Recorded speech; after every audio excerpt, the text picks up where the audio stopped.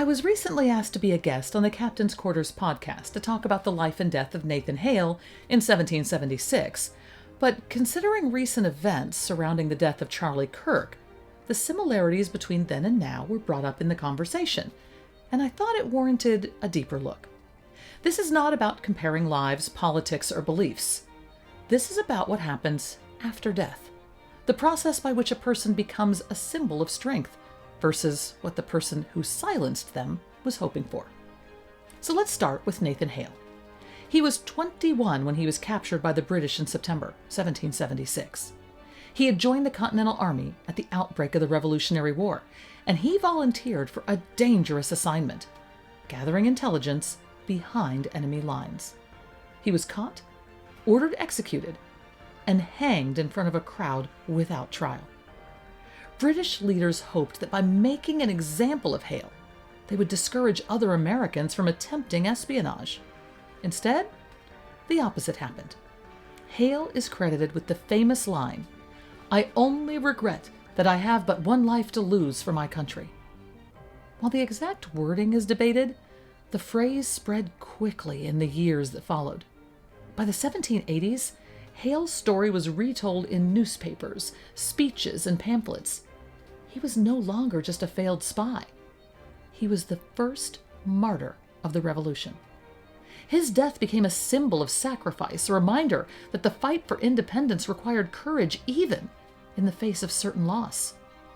In short, Hale's execution gave the Revolution a human story that rallied support far more effectively than the British intended. Now let's come to the present. In September 2025, Charlie Kirk was killed in front of a crowd, the political commentator and activist. Whatever one thinks of his work or views, the impact of his death is unfolding in ways that echo Hale's experience, though in a very different time and context.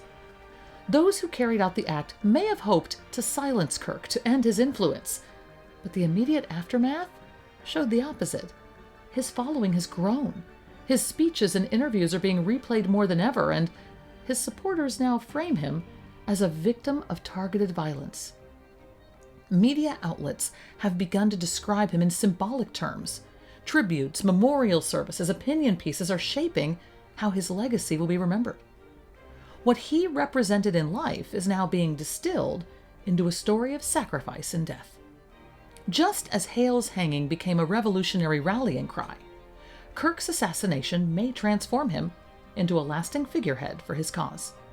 Again, it's not the content of the beliefs that link the two men, but the pattern. Death has magnified their message rather than erasing it. Looking at Hale and Kirk side by side reveals common dynamics that recur throughout history. 1. The symbolic power grows. The moment of death, especially when seen as unjust, elevates a person beyond their ordinary influence. Hale was one spy among many. Kirk, one commentator among many. In death, each became a much more famous, singular figure. 2. Narrative spreads faster than deeds. Hale's actual spy mission failed, but his reported final words, those became immortal. While sure, Kirk had a following while he lived, in death, his name is now circulated far more broadly than ever before. 3. Communities unite. Patriots rallied around Hale's sacrifice. Kirk's supporters are rallying around his memory. Shared grief often hardens into shared purpose. 4, and probably most importantly, unintended consequences. The British were hoping to frighten colonists into abandoning espionage. Instead, they inspired way more defiance. Whoever killed Kirk may have sought to silence him. Instead, they ensured his ideas would continue to be amplified. And Hale and Kirk aren't the only ones. Athens silenced Socrates, but his death made his philosophy endure.